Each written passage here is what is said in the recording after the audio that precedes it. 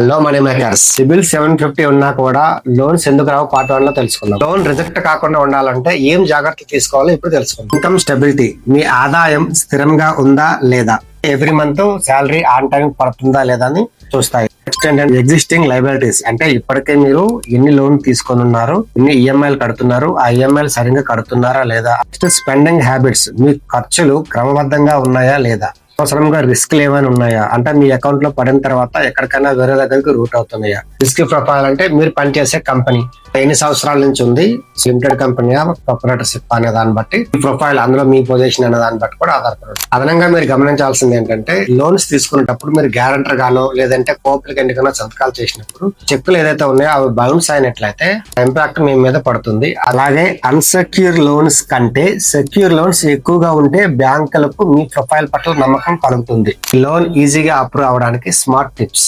Salary account ను clean గా maintain చేయండి. క్రెడిట్ కార్డ్ యూసేజ్ ఎప్పుడు కూడా 30% దాటకుండా చూసుకోండి.